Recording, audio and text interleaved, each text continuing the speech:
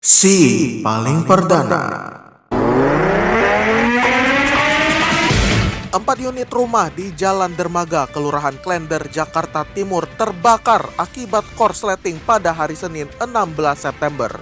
Kejadian itu diperkirakan terjadi pukul 8.52 waktu Indonesia Barat. Penyebab adalah penumpukan colokan listrik di salah satu rumah warga. Petugas dari Gulkarmat, Jakarta Timur berusaha memadamkan kobaran api beserta petugas kepolisian. Sebanyak 11 unit pemadam kebakaran dan 65 personel dikerahkan untuk memadamkan api.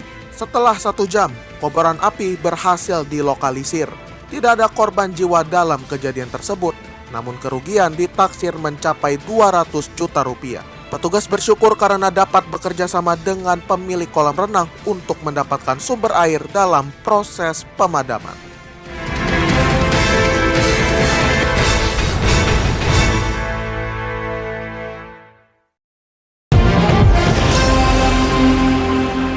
Selamat malam Indonesia, Kevin Manoy menghantarkan DNP Evening News edisi hari ini Senin 16 September 2024.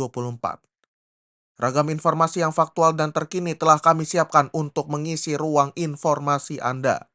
Dan berikut fokus utama kami untuk malam ini.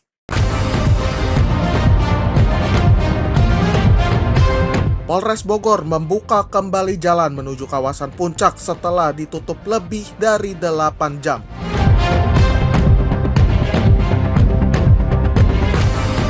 Anindya Bakri kudeta Arsyad Rashid dari Ketua Umum Kadin.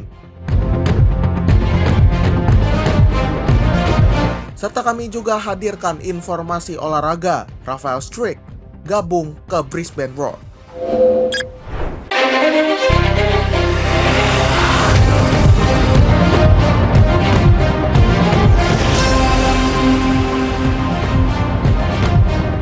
Kepolisian Resor Bogor membuka kembali jalan menuju kawasan wisata Puncak, Kabupaten Bogor, Jawa Barat setelah melakukan penutupan lebih dari 8 jam sejak Senin pukul 6:30 pagi waktu Indonesia Barat. Kasat Lantas Polres Bogor AKP Rizky Guntama mengatakan bahwa pihaknya kini melakukan penormalan kedua arah setelah merekayasa lalu lintas berupa sistem satu arah atau one way menuju Jakarta sejak pagi. Jika dibandingkan dengan hari Minggu 15 September lalu, kata dia, jumlah kendaraan mencapai 150.000. Kali ini volume kendaraan di jalur Puncak telah menurun. Usai mengurai kendaraan yang berada di jalur wisata Puncak dengan rekayasa one way arah Jakarta, polisi tidak akan lagi melakukan rekayasa one way arah Puncak tetapi normal di kedua arahnya. Kapolres Bogor AKBP Rio Wahyu Anggoro menyebutkan jumlah kendaraan di jalur wisata Puncak mencapai 150.000 kendaraan dalam sehari saat libur panjang peringatan Maulud Nabi Muhammad. AKBP Rio mengatakan bahwa Satuan Lalu Lintas Polres Bogor telah melakukan rekayasa lalu lintas mulai dari sistem ganjil genap hingga sistem one way sejak Jumat 13 September untuk mengurangi kepadatan volume kendaraan. Polres Bogor juga menempatkan 300 personel kepolisian untuk menangani lalu lintas di sepanjang jalur wisata Puncak guna membantu para wisatawan.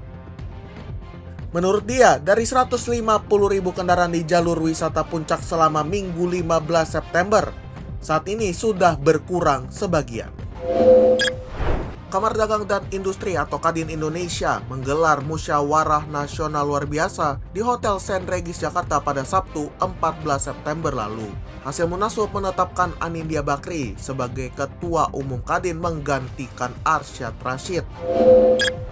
Anindya terpilih dalam munaslup yang dihadiri 28 dari 34 Kadin provinsi dan 25 asosiasi. Kepala Badan Hubungan Penegakan Hukum, Pertahanan dan Keamanan Kadin, Bambang Susatyo mengatakan, terpilihnya Anin sebagai Ketua Umum Kadin sah dan tidak menyalahi ADART organisasi. Menurutnya dalam ADART organisasi disebutkan, pemilihan Ketua Umum dalam Munaslup sudah bisa ditetapkan apabila daerah memang membutuhkan ketua baru tanpa harus ada pelanggaran yang dilakukan Ketua Umum yang tengah menjabat. Sementara itu, 21 Kadin daerah menolak digelarnya Munaslup. Menurut mereka, Munaslup ini merupakan upaya mendongkel kepemimpinan Arsyad Rashid dari kursi Ketua Umum Kadin Arsyad yang menjabat sebagai Ketua Umum Kadin periode 2021-2026 mengatakan, Munaslup yang menetapkan Anindya Bakri sebagai Ketua Umum Kadin baru tidak sah alias ilegal.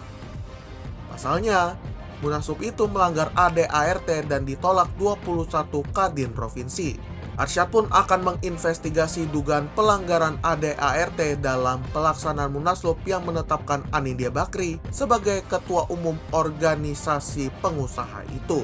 Ia yakin akan menemukan bukti keterlibatan individu atau kelompok di internal Kadin yang terlibat dalam persiapan Munaslup.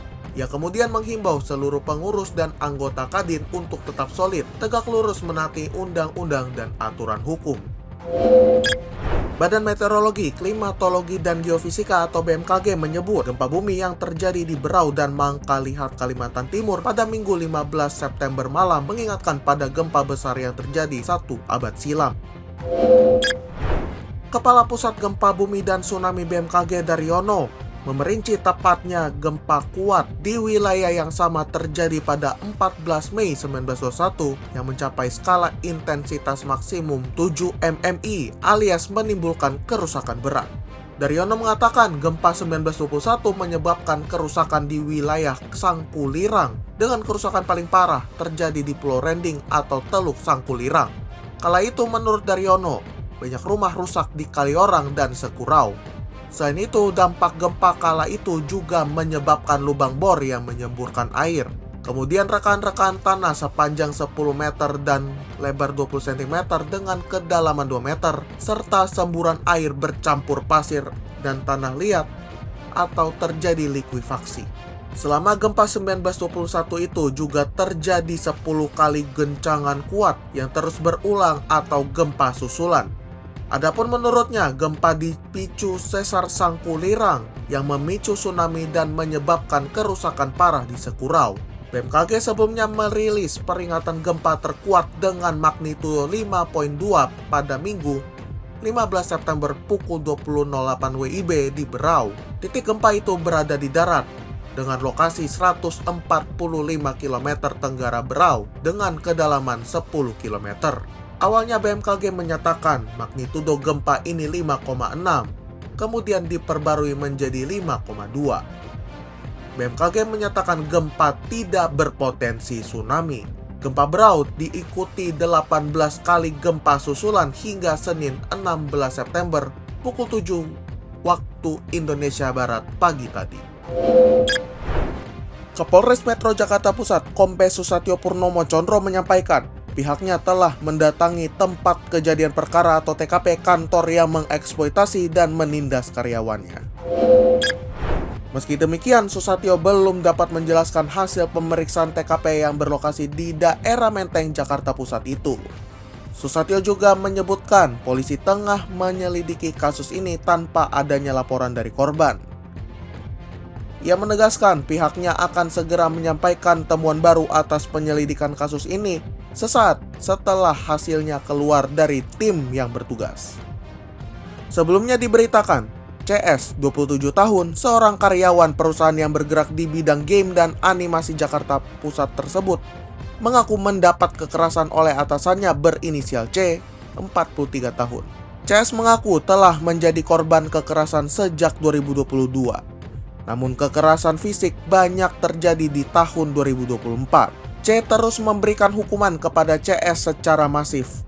Salah satunya adalah CS dipaksa menampar dirinya sendiri sebanyak 100 kali. Tamparan itu harus berbunyi keras dan memuaskan standar keinginan C. Jika tidak, CS akan diminta untuk mengulanginya lagi dengan hitungan kembali dari awal. Selain menampar diri sendiri, kekerasan fisik lain yang pernah dialami korban adalah naik turun tangga sebanyak 45 kali. Bahkan korban pernah diminta untuk membenturkan kepalanya ke tembok. C sudah membuat laporan atas hal yang menimpanya ke Polda Metro Jaya pada awal September 2024 lalu.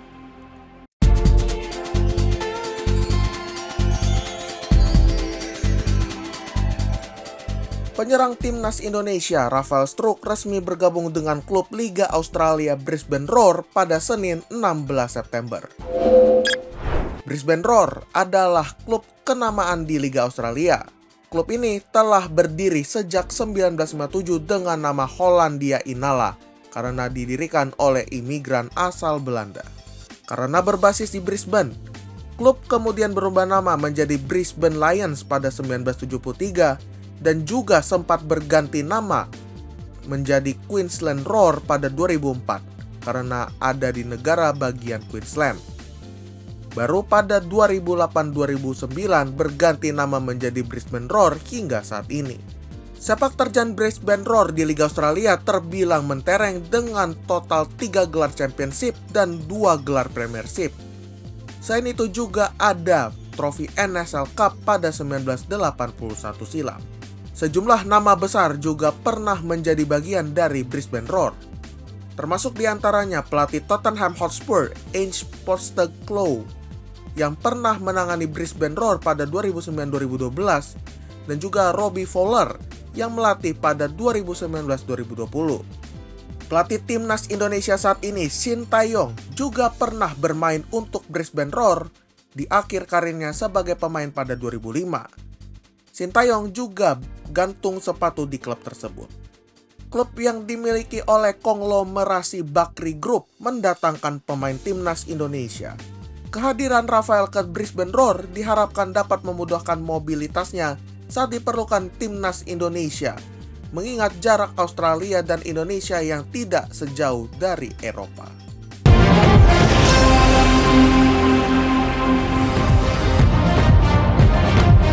Demikian tadi DNP Evening News. Tetap dengarkan kami setiap Senin hingga Jumat di platform podcast kesayangan Anda, serta kanal YouTube kami DNP Media Network.